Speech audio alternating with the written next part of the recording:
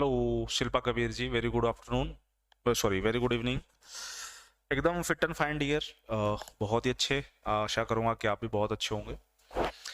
तो आज हम लोग मिल रहे हैं सिटीजनशिप के साथ। तो टॉपिक है हमारा fundamental, sorry part 2, Indian constitution.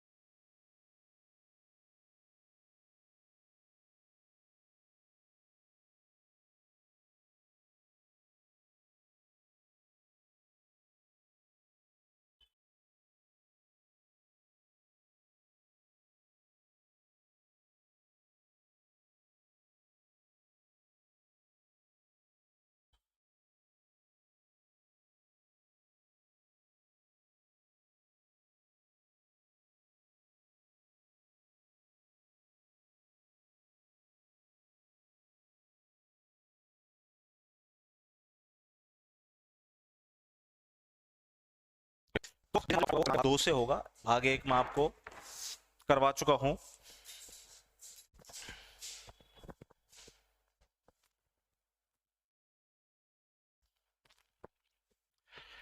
संविधान का जो भाग 2 है, नागरिकता के बारे में बात करता है।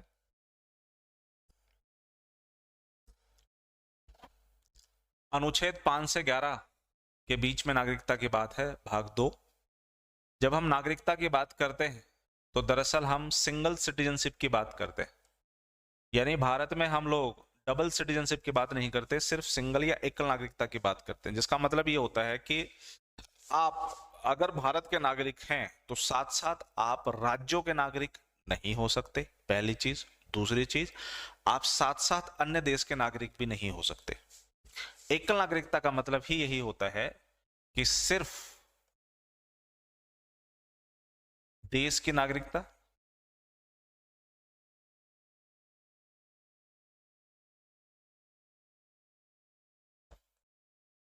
राज्यों की नहीं,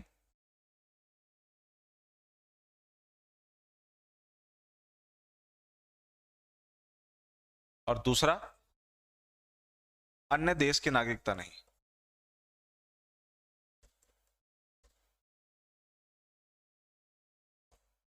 देश के साथ साथ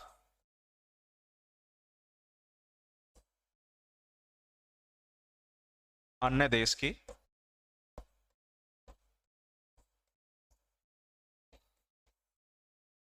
नागरिकता नहीं।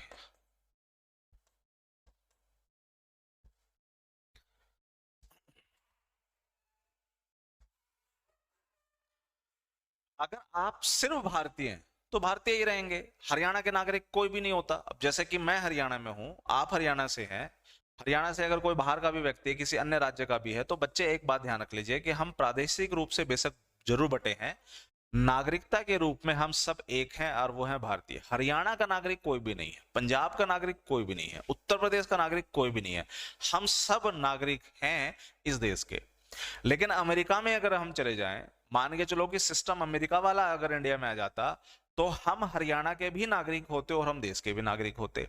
अनुच्छेद 370 जब तक भारत के संविधान में था, तो जम्मू कश्मीर के जो नागरिक हुआ करते थे वो दोहरी नागरिकता जीते थे, एकल नहीं। वो कश्मीर के नागरिकता के साथ साथ भारत की नागरिकता रखते थे। ठीक वैसा ही जैसे अमेरिका में एक व्यक्ति देश के साथ साथ राज्यों की नागरिकता भी रखता है। लेकिन भारत ने कहा कि नहीं, हम इंग्लैंड वाले मॉडल पे जाएंगे, हम सिर्फ पूरे भारत के लिए एक नागरिकता रखेंगे, हम राज्यों की नागरिकता नहीं रखेंगे, पहली चीज। दूसरी चीज, अगर कोई व्यक्ति भारत का नागरिक है तो किसी अन्य देश का नागरिक नहीं हो सकता, और अगर वो किसी अन्य देश का नागरिक है तो साथ साथ भारत का नागरिक नहीं हो सकता। उसके पास इन दोनों में से किसी एक को चुनने का तरीका है, भारत का नागरिक तो अन्य का नहीं, अन्य का है तो भारत का कभी नहीं हो सकता। एकल नागरिकता का मतलब यही होता है।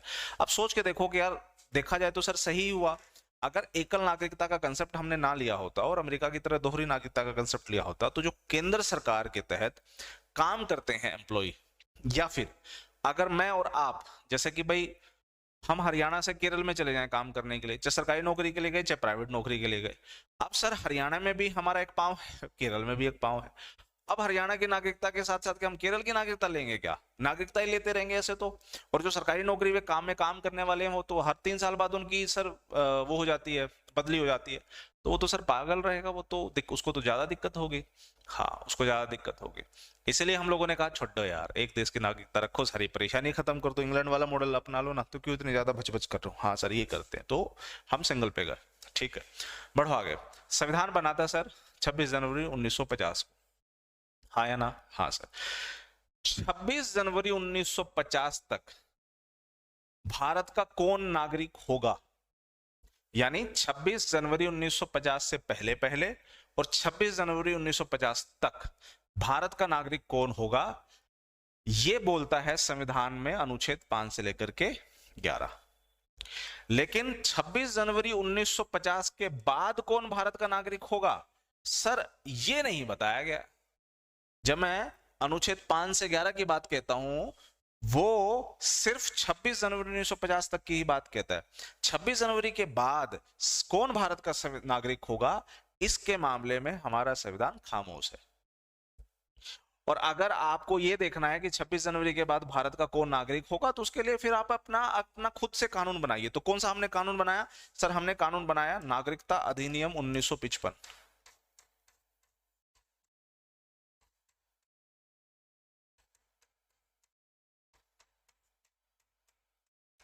फिर हमने एक संविधान संशोधन एक नागरिकता अधिनियम बनाया डियर जी, ये बनाया था साल 1955 में। और इस 1955 के तहत हमने ये कहा कि 26 जनवरी के बाद कौन भारत का नागरिक होगा, उसके लिए 5 तरह के पॉइंट भी दिए गए।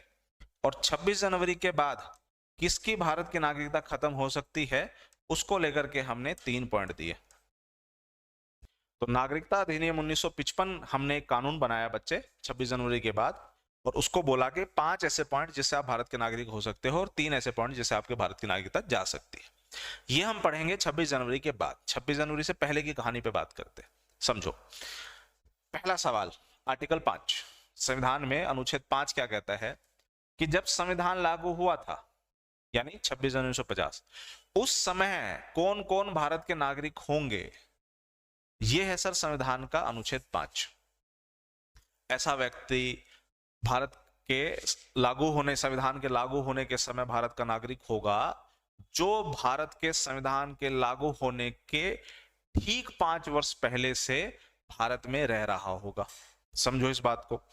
सर मान के चलो कि कोई ईरानी व्यक्ति है और भारत में वो संविधान के लागू होने के 5 वर्ष से पहले रह रहा था, तो लागू हुआ है कब? 26 जनवरी 1950 को, तो इससे 5 साल पहले चले जाओ, यानी 26 जनवरी 1945 से 26 जनवरी 1950 के बीच अगर कोई 5 साल से रह रहा था भारत में, तो वो व्यक्ति ऑटोमेटिकली अनुच्छेद 5 के तहत भारत का नागरिक हो जाएगा। उसमें किसी तरह की 19-20 की कंडीशन नहीं है। अनुच्छेद 6 ये कहता है कि जब 15 अगस्त 1947 को जब ये बात तय हो गई कि भारत का हिस्सा ये होगा, पाकिस्तान का ये हिस्सा होगा, तो सर उस हिस्से में रहने वाले, जो पाकिस्तान के हिस्से में रहने वाले लोग थे, जब वो भारत में आए, तो पाकिस्तान से भारत में आने वाले लोगों के लिए जो नागरिकता देने का प्रावधान है वो 6 में। वो व्यक्ति जो पार्टीशन के बाद पाकिस्तान से भारत में आए, तो जो भारत में आ रहे हैं उनको हम भारत की नागरिकता कैसे देंगे, यह अनुच्छेद 6 है। लेकिन सर वो व्यक्ति जो पहले तो भारत में थे, पार्टीशन हुआ तो चले गए पाकिस्तान में, पाकिस्तान में जाने के बाद पता चला कि भाई उनके साथ तो बड़ी गड़बड़ होगी, वो गलत आ गए पाकिस्तान में, सर वो वापस आ गए भारत में। अनुच्छेद 6 क्या कहता है कि जो पाकिस्तान से भारत में आए, ये 6 है, लेकिन जो व्यक्ति इंडिया से पहले पाकिस्तान गया और पाकिस्तान से फिर भारत में आ गया, ये अनुच्छेद 7 है। तो जब रिवर्स माइग्रेशन हुई उस केस में हम उसको कौन सी नागरिकता देंगे, वो अनुच्छेद 7 है। मतलब उस केस में उसकी नागरिकता का क्या होगा, वो अनुच्छेद 7 है। क्लियर? Clear sir. आर्टिकल 8 पे आ जाओ। आर्टिकल 8 कहता है sir, persons of Indian origin, यानी वो व्यक्ति जो भारत का नागरिक होने की कंडीशन कभी पूरी करता था, आज नहीं करता। आज उसके पास पासपोर्ट किसी अन्य देश का है। समझो, संविधान लागू होने के समय कोई व्यक्ति भारत का नागरिक नहीं है। सारी कहानी 26 जनवरी 1950 तक की है। 26 जनवरी 1950 को जब संविधान लागू हो रहा है, उस समय एक व्यक्ति जो लंदन में है, वो भारत का नागरिक नहीं है, वो इंग्लैंड का नागरिक है। लेकिन वो व्यक्ति अगर भविष्य में भारत का नागरिक बनना चाहे, तो कौन सी ऐसी कंडीशन है जिसमें हम उस व्यक्ति को भारत की नागरिकता दे सकते हैं? यह है संविधान का अनुच्छेद 8। और अनुच्छेद 9 यह कहता है कि अगर आपको भारत की नागरिकता नहीं रखनी, भारत की नागरिकता अगर आपको त्यागनी है, रिनाउंस करना है, तो आप वो भी कर सकते हैं। एक बात बताओ, आप और मैं भारतीय हैं? है सर। तो एक बात बताओ डियर जी, अगर हम भारत की नागरिकता को त्यागना चाहें तो त्याग सकते हैं सर, इसमें क्या दिक्कत है? हम गवर्नमेंट को लिखे हम तुम्हारी नागरिकता नहीं लेनी, मैं तो मुंह पे मारता हूँ नागरिकता भारत की, तो फिर गवर्नमेंट कहेगी ठीक है भाई, मुंह पे मारो के देखो एक बार, फिर पता चलेगा क्या होगा। त्यागने को त्याग सकता हूँ सर, लेकिन त्यागने से पहले जिगरा भी चाहिए। लेकिन आर्टिकल 9 में बोला गया है कि त्याग सकता है। हम ये केस लेके चलते हैं कि सर वो अमेरिका चला गया और अमेरिका में उसे बसना है और उसने वहीं की नागरिकता ले ली, तो ठीक है यार, भारत की नागरिकता छोड़ देगा वो।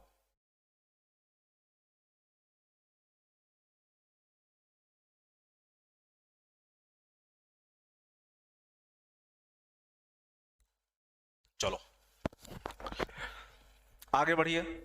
आर्टिकल 10 क्या कहता है कि बेटा, एक बार अगर भारत की नागरिकता आपको मिल गई, once a citizen is always citizen, एक बार अगर आपको भारत की नागरिकता मिल गई तो आप भारत की नागरिकता को कैरी रख सकते हैं, अपने साथ रख सकते हैं।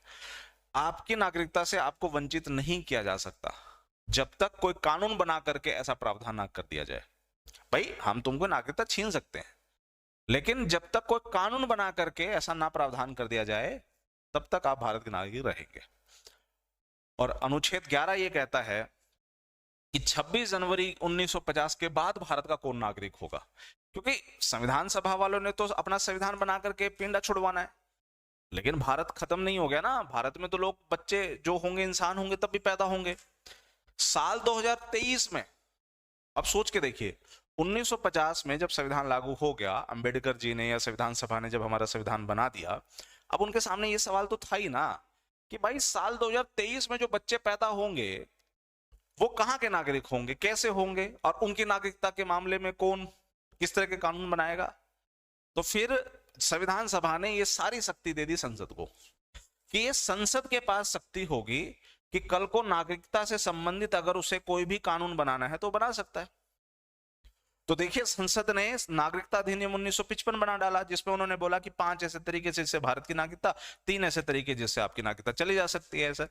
5 ऐसे तरीके जिससे आपकी भारत की नागरिकता बनी रह सकती है सर, वो है बी निडर। बी निडर मतलब, बी का मतलब बाय बर्थ, जन्म के आधार पर सर कोई भी व्यक्ति भारत का नागरिक हो सकता है।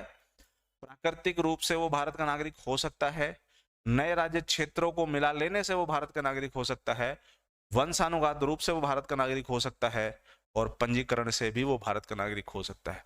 तो सर ये 5 ऐसे तरीके हैं जिससे भारत की नागरिकता आपको मिल सकती है। पहला तरीका, जन्म के आधार पे। बेटा एक बात बताओ, आप और मैं इस देश के क्या नागरिक हैं? सर इसमें तो कोई दो राय ही नहीं है, बिल्कुल नागरिक हैं इस देश के। अच्छा, तो आप और अगर मैं इस देश के नागरिक हैं, भारतीय हैं, तो बताइए कैसे? हम भारतीय कैसे? सोच के देखो।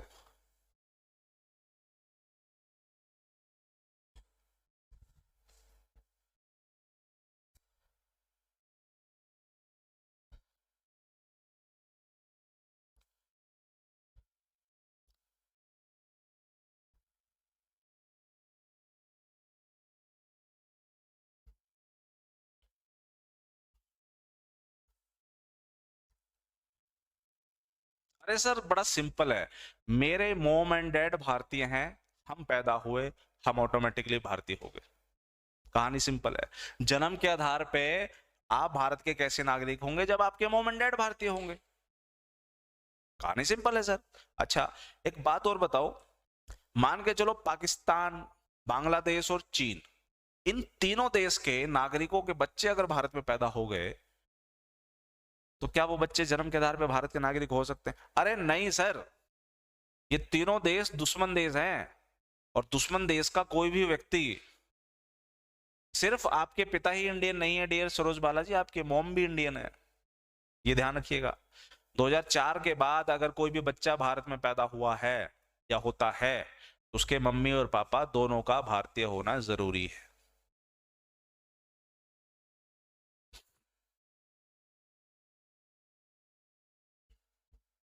दो 2004 के बाद, उससे पहले की कंडीशन है। लेकिन हम बड़ा सिंपल रखते हैं कि मॉम एंड डैड इंडियन है, आप और मैं इंडियन है। पाकिस्तान, चीन और बांग्लादेश से कोई भी परिवार अगर भारत में है और उनके बच्चे भारत के क्षेत्र में पैदा हो जाते हैं, तो वो बच्चे जन्म के आधार पे भारत की नागरिकता क्लेम नहीं कर सकते, क्योंकि इन तीन देशों को हम लोगों ने दुश्मन देश बोला हुआ है। तो दुश्मन देश के बच्चे भारत के नागरिक नहीं हो सकते। ठीक है, चलो अगला पॉइंट क्या है? सर कोई भी व्यक्ति प्राकृतिक रूप से भारत का नागरिक हो सकता। अब देखो इस केस को थोड़ा समझो, प्राकृतिक रूप से कैसे बेटा? हमने ये बोला कि कोई भी व्यक्ति जो विदेश से भारत में आ गया, किसी अन्य देश से भारत में आ गया, आपको सर आ गया, अगर उस व्यक्ति को भारत में रहते हुए हो गए हैं 14 साल, यानी वो सिंपल तरीके से भारत का निवासी है। देखो एक होता नागरिकता, एक होता है निवासी। नागरिक और निवास में दोनों में फर्क है। एक सिटीजन होता है और एक होता है रेजिडेंट, दोनों में फर्क है डियर जी। रेजिडेंट का मतलब होता है वो व्यक्ति जो किसी एक क्षेत्र में 6 महीने से ज्यादा समय के लिए रहे, वो नागरिक है। लेकिन अगर उसके पास ऑफिशियल पेपर्स है देश के, सॉरी वो निवासी था और जिसके पास ऑफिशियल पेपर है वो नागरिक है। निवासी वो होता है जो किसी एक क्षेत्र में लगातार 6 महीने से ज्यादा रहे, वो निवासी है, रेजिडेंट है वो। तो कई बार हमसे पूछा जाता है ना कि भाई तुम्हारा रेजिडेंस कहाँ है, तो जब वो रेजिडेंस पूछता है तो हम कई बार ये कहते हैं कि जैसे कि देखो हम बेसिकली हरियाणा से हैं, महाराष्ट्र में चले गए, मैं जॉब कर रहा हूँ, तो महाराष्ट्र का कोई भी व्यक्ति जिसे ये पता है कि ये मराठी नहीं है, महाराष्ट्र का नहीं है, तो वो हमसे ये नहीं पूछता कि वेयर इज योर होम, वो कहता है आपका रेजिडेंस कहाँ है, मतलब बेसिकली आप किस जगह पे निवासी बने हुए हैं। समझ में आई कहानी? तो दोनों में फर्क है, नागरिक और निवासी में। तो यहाँ पर हम उसको बोल रहे हैं कि देख भाई तेरे को कुल 14 साल भारत में निवास स्थान होना चाहिए, कुल 14 साल। तो मान के चलिए कि साल 2000 में आप भारत में आए थे, आप भारत में 2014 तक रहे, इन 14 साल आप भारत में निवासी थे।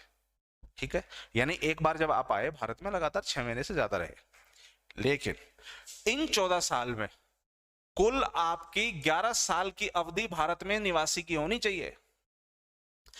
14 साल में तो 11 साल तो अवधि होनी ही होनी चाहिए भाई। मतलब इन 14 साल में अगर 1-1.5 साल तो भारत से बाहर भी है तो कोई दिक्कत वाली बात नहीं है, लेकिन 11 साल तो भारत में रहा हो। और जिस साल आप भारत की नागरिकता के लिए अप्लाई करेंगे, तो मान के चलिए कि 17 फरवरी 2023 को वो भारत की नागरिकता के लिए अप्लाई करता है, यानी आज के दिन वो भारत की नागरिकता के लिए अप्लाई करता है, तो उससे ये कहा जा रहा है कि अप्लाई करने के 1 साल पहले, फरवरी 17 2023 को जब आप अप्लाई कर रहे हैं, तो फरवरी 17 2022 यानी ठीक 1 साल पहले आप भारत में रह रहे हो। 14 साल में 11 साल तो आप नॉर्मल रह चुके हो, लेकिन जिस डेट को आप प्राकृतिक रूप से नागरिकता के लिए अप्लाई करेंगे, उसके ठीक 1 साल पहले, इस 1 साल के पीरियड के दौरान, यानी 17 फरवरी 2022 से 17 फरवरी 2023 के बीच में आप भारत से बाहर कहीं नहीं गए हो, इस दौरान आप सिर्फ भारत में रहे हो, तभी आपको प्राकृतिक रूप से भारत की नागरिकता जो है वो दी जा सकती है,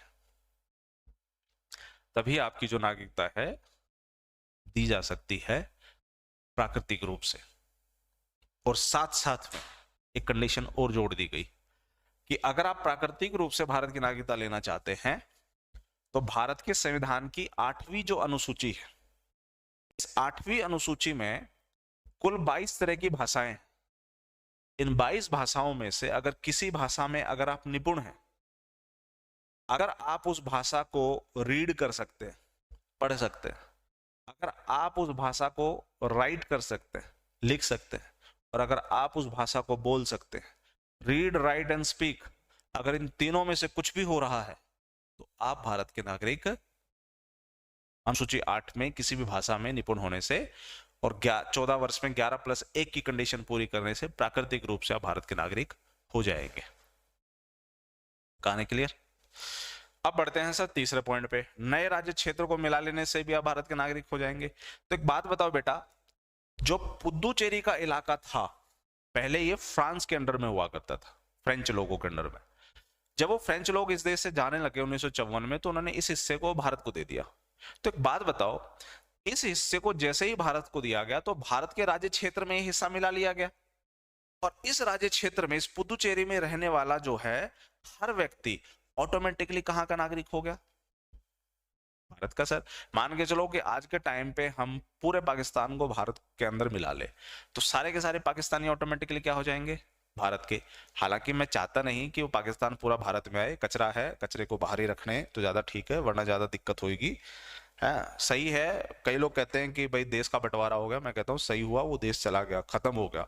मतलब कचरा लोग भाई वो देश के अपने काम के नहीं थे, दिक्कत करते वो बिना काम इस देश में, तो सही है, कचरा अलग हो गया। तो लेकिन अगर मिला ले तो सर ऑटोमेटिकली सारे भारतीय हैं, कोई पाकिस्तानी नहीं। तो पुदुचेरी को जैसे आपने मिलाया उसमें रहने वाले सारे लोग ऑटोमेटिकली भारतीय हो गए। वंशानुगत रूप से आप भारत के नागरिक हो सकते हैं वंश के आकार में। मान के चलिए कि आपकी पैदाइश लंदन की है, आप लंदन में पैदा हुए, लेकिन आपके पैदा होने के समय आपके पिता या दादा या परदादा,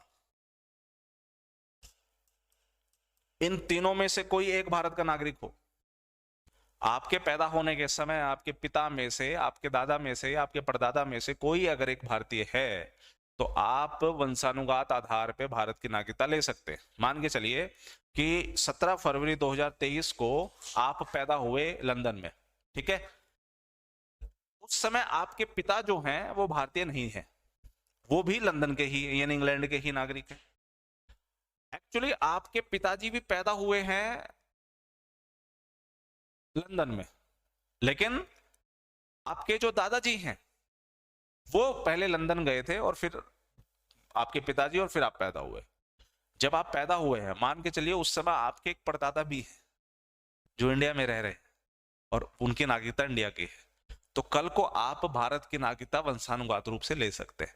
तो पुरुषों के क्रम में पिता, दादा और परदादा तीनों में से कोई अगर भारत का नागरिक है आपके जन्म के समय, तो आप वंशानुगत रूप से भारत की नागरिकता ले सकते हैं। लेकिन एक बात चीज का ध्यान रखा जाएगा, जब आप भारत की नागरिकता के लिए अप्लाई करेंगे तो उस समय आपको, मतलब उस समय जिस देश में आप रह रहे हैं उस देश में उस बच्चे का रजिस्ट्रेशन कराना अनिवार्य होगा। उसमें यह बात लिखी जाएगी, वंशानुगत रूप से अगर कोई भी बच्चा पैदा हो रहा है तो 1 साल के अंदर अंदर पैदा होने के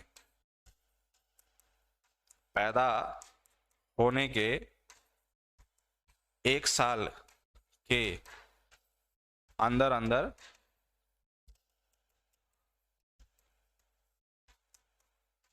संबंधित देश के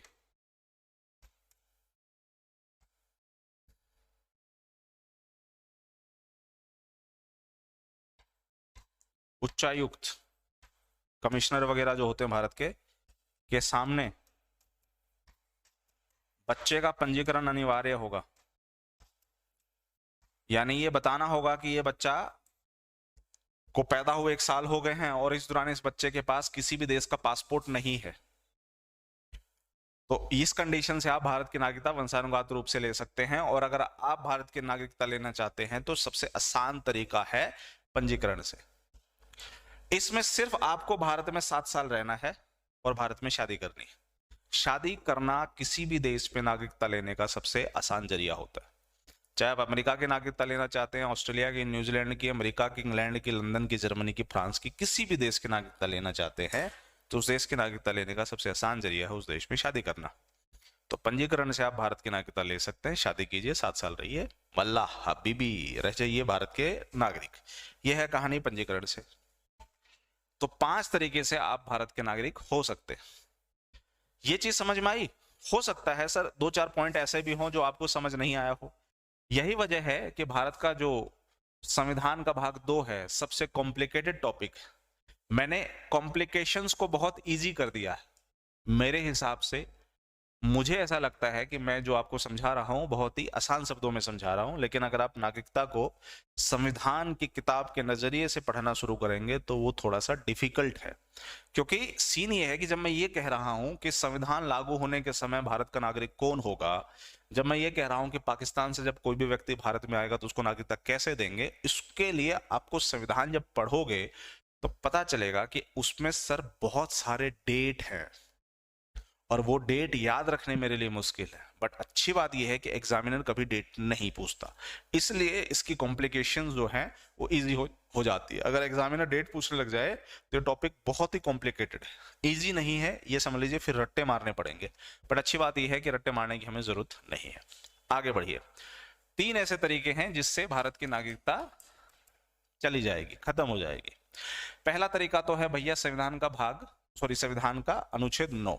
अगर कोई व्यक्ति खुद से ही भारत की नागरिकता त्याग दे तो बात खत्म हो जाएगी। भैया आपको कल को इंग्लैंड की नागरिकता मिल गई, लंदन की मिल गई, तो अगर आपको लगता है कि भारत की नागरिकता नहीं रखनी तो छोड़ दीजिए, त्याग दिया आपने, खुद ही त्याग दिया।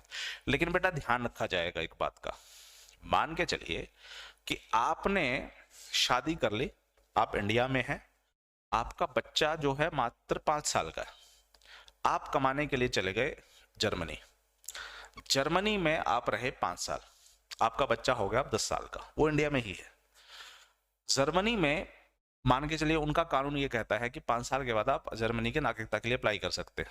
तो मैंने वहां की नागरिकता के लिए अप्लाई कर दिया कि भाई मेरे को जर्मनी की नागरिकता दे दो, मैं जर्मनी में बसना चाहता हूँ। मुझे वहां की नागरिकता मिल गई तो मेरा बच्चा भी, अच्छा, जैसे ही मुझे नागरिकता मिली जर्मनी की, मेरी नागरिकता कहाँ की खत्म हो गई? भारत की। तो मेरी नागरिकता जैसे ही भारत की खत्म हुई, मेरा बच्चा 18 साल से कम उम्र का है, उस बच्चे की भी भारत की नागरिकता ऑटोमेटिकली खत्म हो जाएगी। ये ध्यान रखा जाएगा कि अगर कोई व्यक्ति अपनी नागरिकता स्वेच्छा से छोड़ देता है, त्याग देता है, अगर उसका बच्चा भारत में है और अगर वो माइनर है, छोटा है, तो उस बच्चे की नागरिकता भी स्वतः समाप्त हो जाती है, वो भी बच्चा भी ऑटोमेटिकली भारत की नागरिकता खत्म हो जाएगी। ये है त्यागना। तीसरा पॉइंट जो ये कहता है कि हम आपकी नागरिकता खत्म कर देंगे। कैसे सर? बेटा मान के चलो आपने जब भारत की नागरिकता ली, उसमें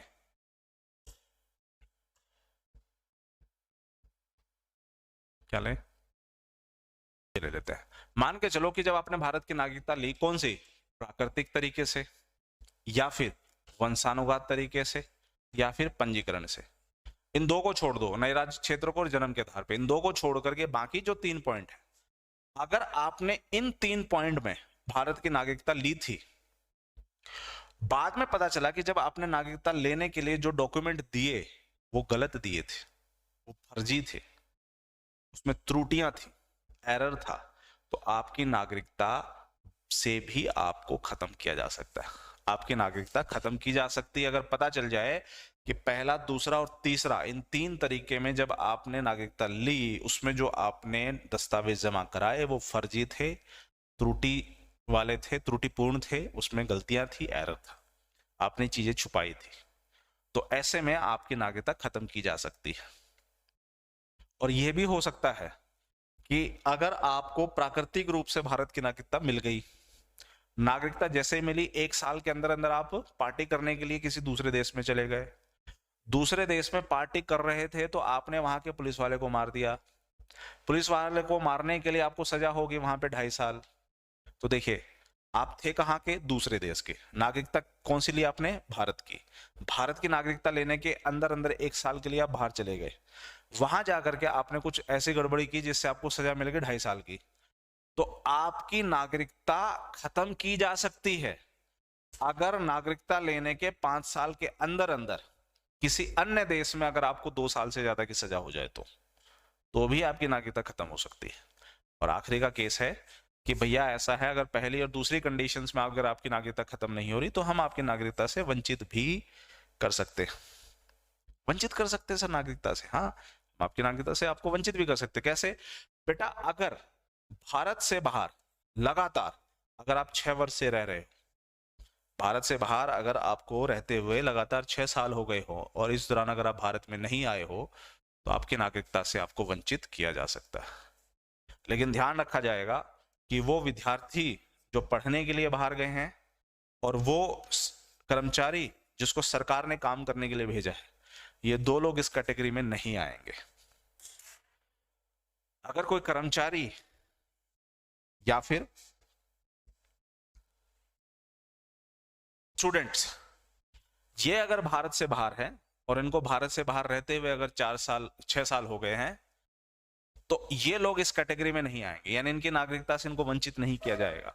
इनके अलावा अगर कोई व्यक्ति है, वो भारत से बाहर लगातार 6 वर्ष हो गए उसे रहते हुए और इस दौरान वो भारत में नहीं आया, उसने अपनी शकल भी नहीं दिखाया, तो उस बंदे की नागरिकता जो होगा वो उसकी नागरिकता से उसको वंचित किया जा सकता है। यहां तक की कहानी क्लियर होगी डियर जी? तो पूछिएगा सवाल, या अगर यहां तक किसी तरह की कोई दिक्कत हो तो।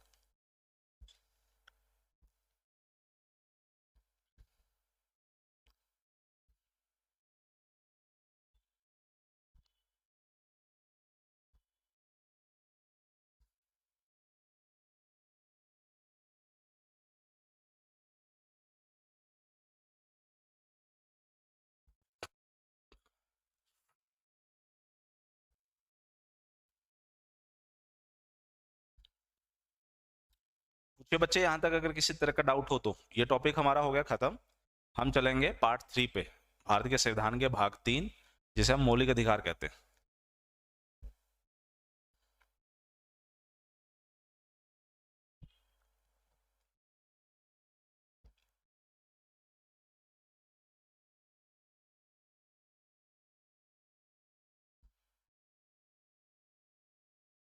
ओके, चलो ओके है तो बच्चे फिर हम चलते हैं अगले पार्ट पे।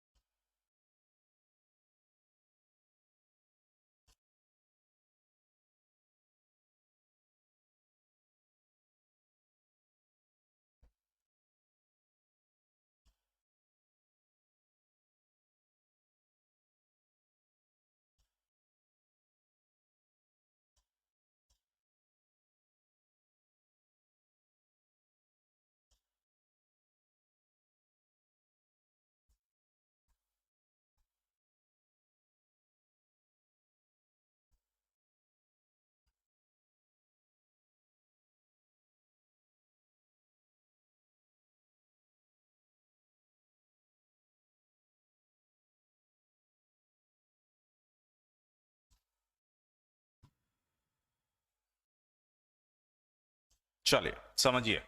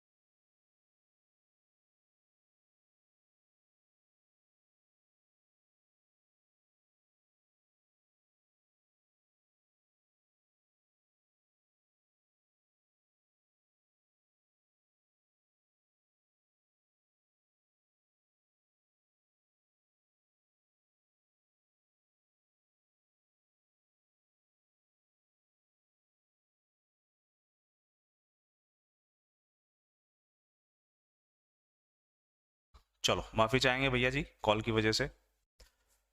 तो टॉपिक है हमारा मौलिक अधिकार फंडामेंटल राइट्स भाग 3 अनुच्छेद 12 से 35। पहली बात, सर ये किस कंट्री से लिया गया, ये कंसेप्ट सारा का सारा लिखा किया गया। देखो आपको चलना है यूनाइटेड स्टेट्स ऑफ अमेरिका में, और वहां पर उन्होंने अपने संविधान में लिखा है बिल ऑफ राइट्स। अमेरिका का बिल ऑफ राइट्स, भारत का मौलिक अधिकार। सर एक बात बताइए, अमेरिका में तो बिल ऑफ राइट्स है, भारत में फंडामेंटल राइट्स क्यों? पहली चीज। दूसरी चीज सर, ये राइट्स का मतलब क्या है और फंडामेंटल का क्या मतलब है? अधिकार क्या है और मौलिक क्या है?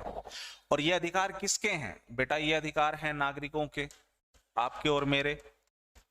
ठीक है सर, ये नागरिकों के अधिकार है। तो सर एक बात बताइए, ये नागरिक कौन है बेटा? ये नागरिक दो तरह के हैं, एक वो नागरिक हैं जो देशी हैं और एक वो नागरिक हैं जो विदेशी हैं। हम उन नागरिकों की बात कह रहे हैं। अच्छा सर ये बताइए देशी कौन है बेटा? देशी आप और मैं, जितने भी भारतीय हैं वो देशी हैं। इसका मतलब ये है कि ये जो अधिकार दिए गए हैं हर भारतीय को दिए गए हैं, पहली चीज। और जो विदेशी हैं सर, विदेशी भी दो हैं, वो विदेशी जो दुश्मन देश हैं और वो विदेशी जो मित्र देश के हैं सर। भारत ने 3 देशों को विदेशी देश बोला हुआ है, जिसमें सर पहला तो बांग्लादेश है, दूसरा पाकिस्तान है और तीसरा चाइना। इनको हमने दुश्मन देश बोल दिया। अगर इस देश का कोई भी नागरिक भारत में आता है तो इस दुश्मन देश के नागरिकों को हम किसी तरह का मौलिक अधिकार नहीं देंगे, लेकिन अगर वो मित्र देश के नागरिक हैं तो हम उन्हें अनुच्छेद 20 दे देंगे सर, सॉरी अनुच्छेद 14 दे देंगे सर, और अनुच्छेद 14 के साथ साथ अनुच्छेद 20 और 28 दे देंगे।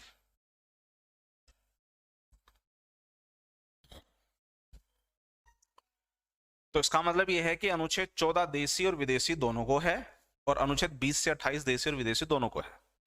इसका मतलब है कि 15, 16, 17, 18, 19 विदेशी को नहीं है, 29 और 30 विदेशी को नहीं है। समझ में आ गई कहानी? जी सर। तो देशी और विदेशी का एक कंसेप्ट समझ में आ गया। अच्छा, ये अधिकार किसको दिए गए? नागरिकों को। बेटा जब मैं ये कहता हूं कि तेरा अधिकार है, तो ये अधिकार किसी के खिलाफ, मतलब कोई तो ऐसा है ना जिसके खिलाफ हमने ये अधिकार दिया है। पर सोचने वाली बात है कि सर हम हमारे नागरिकों को ये अधिकार दे क्यों रहे हैं? क्योंकि संविधान निर्माताओं वालों को लगा कि सामने वालों के ये अधिकार जो शक्तिशाली व्यक्ति है वो छीन सकता है। समझो इस बात को। ये अधिकार किसको दिए गए? नागरिकों को सर। कौन से नागरिक? हम लेके चलते हैं आप और मैं, भारतीय। हमें अधिकार दिए गए। सर क्यों दिए गए? क्योंकि इस अधिकार से आपका और मेरा जो जीवन है सामान्य रहता है, अच्छा रहता है, बेहतर रहता है, हम विकसित होते हैं। लेकिन कुछ ऐसी चीजें हैं कि हमारे संविधान ने किसी एक को ज्यादा शक्ति भी दे रखी है। जो शक्तिशाली व्यक्ति है वो हमारे इन अधिकारों को छीन भी सकता है, और जब हमारे इन अधिकारों को छीने जा सकते हैं अगर ये अधिकार, तो फिर आपका, मेरा और आपका यहाँ होना ना होना, इस देश में रहना न रहना, कि फिर क्या फर्क पड़ता है? फिर तो हमारा देश वैसा नहीं हो जाएगा जैसा अफगानिस्तान हुआ पड़ा है। कोई एजुकेशन नहीं, किसी तरह की दिक्कत नहीं, बैठे हुए हैं कुर्ते पजामा में ही, मरे बेटे फाइटर पायलट बने हुए बैठे हैं, तो फायदा क्या है उसका? अगर आपने देखा होगा अभी 2-4 दिन पहले एक फोटो आई है ना अफगानिस्तान से निकल करके, कि 3 लोग कुर्ते पजामे में बैठे हैं और उनको सर्टिफिकेट मिल गए हैं कि ये सर्टिफाइड फाइटर पायलट्स हैं। बताओ, आज तक तो हमने देखा कि पायलट बनने के लिए ना जो वो होने चाहिए, जो अटायर होने चाहिए, जो वेशभूषा होनी चाहिए, बड़ी साइंटिफिक होनी चाहिए। भाई साहब कुर्ता पजामा में ही ये उड़ाकू बन गए हैं, फाइटर पायलट बन गए, तो ये बड़ी हास्यास्पद बात होती है। खैर, तो सर हमें पता है कि सामने जो है बड़ा शक्तिशाली एक संगठन है जिसे हम कहते हैं राज्य, और इंग्लिश में इसे कहते हैं हम लोग स्टेट। ये जो राज्य है सर ये बहुत शक्तिशाली है, इसको बहुत शक्ति है, और आप किसी को शक्ति दे दो वो बर्दाश्त नहीं कर पाएगा कि सामने वाला उसके सामने बोल पाए। अगर आज मोदी के सामने कोई बोल दे तो वो बर्दाश्त कर पाएगा ये बात? बोलो भाई। मैं यहां खड़ा हूं, स्क्रीन पे आप मुझे लिख रहे हैं अपने सवाल जवाब। मान के चलो कि कोई बच्चा एक ऐसा सवाल लिखता है जिससे मैं ऑफेंडेड फील करने लग जाऊं, मुझे अच्छा ना लगे, है ना। तो मैं देखो, एक व्यक्ति व्यक्ति के तौर पे मुझे आपकी कोई बात अच्छी नहीं लगी, सोच के देखिए कि अगर एक व्यक्ति के तौर पे, एक एजुकेटर के तौर पे, एजुकेटर तो वो होता है जो बड़ा संयमित होता है, बहुत शांत होता है, जब मैं एजुकेटर के नाते मैं संयमित नहीं, तो उस राज्य में जो काम करने वाला व्यक्ति है उसके पास तो शक्ति है, वो तो संयमित बिल्कुल नहीं हो सकता। तो कल को अगर उसे गुस्सा आ जाए तो वो आपके और मेरे ये अधिकार छीन सकता है कि नहीं छीन सकता? हाँ सर। तो बस बेटा, ये अधिकार ना छीने जाए इसलिए हमने नागरिकों को ये अधिकार राज्य के विरुद्ध दे रखे। राज्य, तुम ये अधिकार नागरिकों से नहीं छीनोगे। अच्छा सर, एक बात बताइए, एक संविधान का भाग 3 है और एक भाग 4 है। यह भाई संविधान का भाग 3 और यह है संविधान का भाग 4। बेटा मान के चलो कि आप है ना एक मॉल में घुस गए, आप और मैं, हम एक मॉल में घुस गए। उस मॉल में क्या हम कोई चीज चुरा सकते हैं? सर चुराने को तो चुरा सकते हैं, लेकिन वहां कंडीशन बनी हुई कि ये काम नहीं करेंगे। मॉल छोड़िए, हम चले गए मंडी में, मंडी में सामने आम है, आम हमने 5 खरीद लिए लेकिन एक चुरा लिया। सर क्या ये अधिकार है वो चुराने का? नहीं, चुराने का अधिकार नहीं है सर, चुरा लिया that is a different thing. तो इसका मतलब ये है कि जब हम कहीं जाते हैं, चाहे हमारे रिश्तेदारों के, चाहे मॉल में, चाहे फिल्म देखने के लिए, चाहे स्कूल में, चाहे कॉलेज में, हमारे साथ 2 चीजें फॉलो होती हैं, डू डोंट। कोई हमें ये बात बताएगा या नहीं बताएगा? कुछ चीजें सर अंडरस्टूड हैं। अगर मैं स्कूल में गया हूं, कॉलेज में गया हूं, लीसो के ऐप पे पढ़ रहा हूं, पढ़ रही हूं, तो सर ये चीज क्लियर है कि मुझे वहां पर जाना, बैठना है संयमित तरीके से। वहां पर मेरा कोई डाउट आएगा तो वो डाउट जो है मैं सामने वाले टीचर से मैं पूछूंगा, पूछूंगी। अगर फिर भी कोई समस्या रही तो अपनी समस्याओं को उनके सामने रखेंगे। सर हम ये चीजों के लिए डू, यानी ये चीजें हमारे साथ आ गई है, लेकिन वहीं पे किसी टीचर को गाली गलौज नहीं कहें करेंगे, अपशब्द का इस्तेमाल नहीं करेंगे, कोई चीज स्कूल या कॉलेज से चुराएंगे नहीं, है मारपीट नहीं करेंगे वगैरह वगैरह, ये डोंट है। तो जब हमारे साथ डू एंड डोंट अप्लाई होता है तो बेटा इस राज्य के साथ भी डू एंड डोंट अप्लाई होना चाहिए। तो जो राज्य को बोला गया है ये काम नहीं करना, वो तो है भाग 3, ये है डोंट, मतलब छेड़ना भी मत मेरे भाई। और जब उस राज्य को बोला गया भाई ये काम करना है, डू, तो ये भाग 4 है। भाग 4 में उस राज्य को बोल रहे हैं कि भाई ये काम करना है, भाग 3 में बोल रहे हैं काम नहीं करना है। समझ में आगे कहानी? आगे सर, अब ये बात बताओ सर, इसके साथ ये फंडामेंटल शब्द का इस्तेमाल क्यों किया गया है? बहुत सही बेटा, अब समझो। एक बात बताइए, ये क्या है? ये वर्ल्ड कप है कि नहीं? अरे नहीं सर, ये पेन है। बात बताओ, इस पेन को तोड़ दें तो साइंस ये कहती है कि ये पेन को उस लिमिट तक तोड़ा जा सकता है। वो लिमिट क्या है जिसके बाद ये पेन नहीं तोड़ा जा सकता? मतलब मैं हथौड़ा ले लूं, पत्थर ले लूं और इस पेन को तोड़ना शुरू कर दूं, ये पेन की जो आखिरी इकाई है जिसके बाद ये पेन आगे नहीं टूट सकता, उसको हम क्या कहते हैं? सोचो, उसको हम क्या कहेंगे? सर उसको हम कहेंगे एटम। भाई अगर ये पेन, इस पेन को अगर तोड़ दें तो सर इसकी सबसे आखिरी जो इकाई होती है जो आगे ना तोड़ी जा सके वो एटम कहलाएगी। तो सर ये एटम।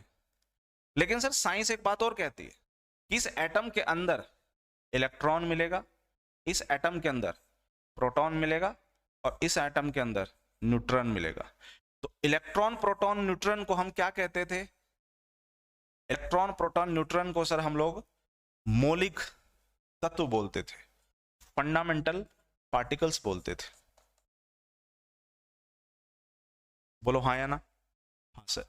तो बच्चे अगर फंडामेंटल पार्टिकल नहीं होंगे तो कोई एटम होगा? नो। और अगर कोई एटम नहीं होगा तो कोई बॉडी होगी, कोई स्ट्रक्चर होगा, कोई आकृति होगी? नो।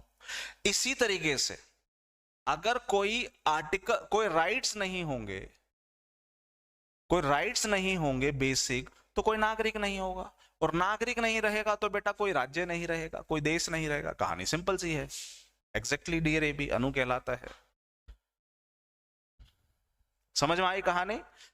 फंडामेंटल पार्टिकल नहीं तो सर एटम नहीं, और एटम नहीं तो सर कोई स्ट्रक्चर नहीं। इसी तरीके से फंडामेंटल क्यों बोला गया इसे? क्योंकि अगर वो राइट्स नहीं तो कोई सिटीजन नहीं, और सिटीजन नहीं तो बेटा कोई देश नहीं, कोई राज्य नहीं। ये है कहानी। इसलिए इसके साथ फंडामेंटल या मौलिक शब्द का इस्तेमाल शुरू हुआ है। यानी fundamental right is the rights of the fundamental law of the land. समझ आया तो अच्छी बात है, नहीं समझ में आया तो कोई दिक्कत नहीं। इंग्लिश में मेरा बोलने का मन था, मैंने दिया बोल। मेरे भी समझ नहीं आया मैंने क्या बोलिया। चलो आगे बढ़ो। तो सर मेरा तो क्लियर हो गई कहानी। फंडामेंटल राइट्स किसके विरुद्ध दिया गया है? राज्य के विरुद्ध, वगैरह वगैरह।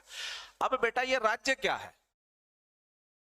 सर इसी को देखने के लिए फिर मुझे जाना पड़ेगा भारत के संविधान के अनुच्छेद 12 में। आप समझिए, जब मैं कहता हूं फंडामेंटल राइट्स, तो दरअसल अनुच्छेद 12 और 13 ये अधिकार नहीं है, और अनुच्छेद 33, 34 और 35 ये भी अधिकार नहीं है। जो अधिकार हैं, जिसे मैं कहता हूं ना मौलिक अधिकार, दरअसल ये हैं 14 से 32 के बीच में। ये हैं एक्चुअली में मौलिक अधिकार। फंडामेंटल राइट्स जब हम जिसे कहते हैं, 14 से 32 जो है बेटा, ये फंडामेंटल राइट्स है। तो अगर मैं आपसे पूछूं कि बताइए base of the fundamental rights is which article? भाई मौलिक अधिकार का, जैसे कि आप समझिए हमारे पास मौलिक अधिकार किस किस अनुच्छेद के बीच है? 12 से 35 के बीच में। तो बताइए base of the fundamental rights कौन सा है? किस आर्टिकल को हम मौलिक अधिकार का बेस कहते हैं? सोचो, किस अधिकार को, किस अधिकार को हम मौलिक अधिकार का बेस कहते हैं? किस आर्टिकल को मौलिक अधिकार का बेस कहते हैं? बताओ, सोचो।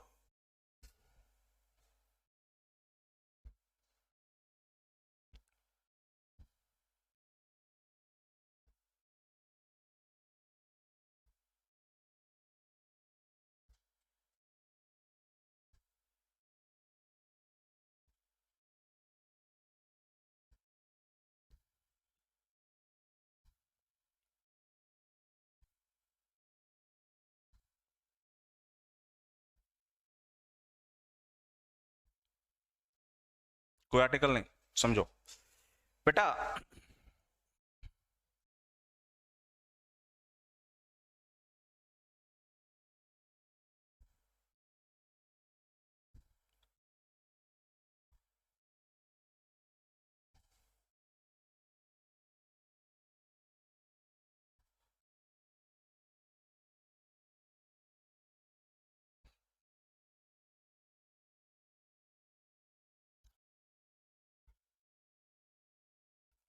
ये आर्टिकल 12 है, ये 13 है, और करते करते हम चल गए आर्टिकल 35 पे।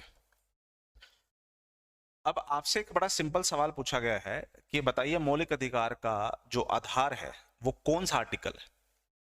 अब आप कहेंगे सर आर्टिकल 35 सबसे आखिरी में, इसलिए मौलिक अधिकार का आधार ये होगा। गलत। मैंने अभी क्या बताया?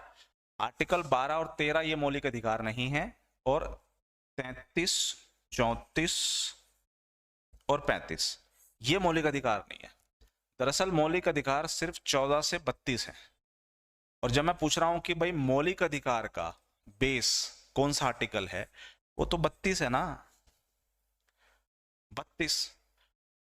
एग्जैक्टली ये भी आर्टिकल 32 को हम लोग फंडामेंटल राइट्स का बेस बोलेंगे। कहानी समझ में आ गई? देखो होशियार होते हुए जा रहे हो। हाँ सर। अब बेटा एक बात बताओ, ये राज्य, ठीक है, इस राज्य ने आपके और मेरे मौलिक अधिकार का उल्लंघन कर दिया। मतलब जो आपके और मेरे को मौलिक अधिकार दिए गए हैं वो राज्य ने छीनने की कोशिश की, या ये कह लीजिए छीन लिया, या ये कह लीजिए निलंबित कर दिया, या ये कह लीजिए गड़बड़ कर दी। कुछ कर दिया, छीन लिया, निलंबित कर दिया। तो सर अब मैं कहां जाऊंगा? बेटा तू कहीं नहीं जाएगा, तू सीधे है ना मुंह उठा करके अनुच्छेद 32 के तहत सुप्रीम कोर्ट के सामने जाएगा। और सुप्रीम कोर्ट को हमने बोला है कि भैया तेरा काम होगा ये देखना कि एक राज्य एक व्यक्ति के मौलिक अधिकार को ना छीने। तो राज्य को फिर ये पकड़ेगा सुप्रीम कोर्ट कि ये बताइए तो ऐसा क्यों कर रहा है।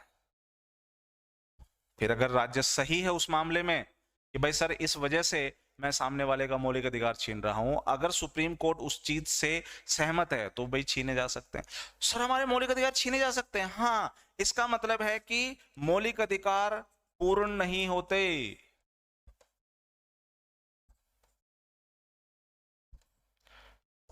Fundamental right is not an absolute right.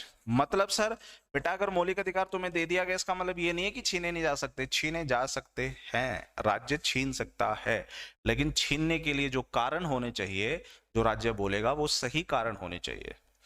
Article 21 में बोला गया है कि सबको जीने का अधिकार है।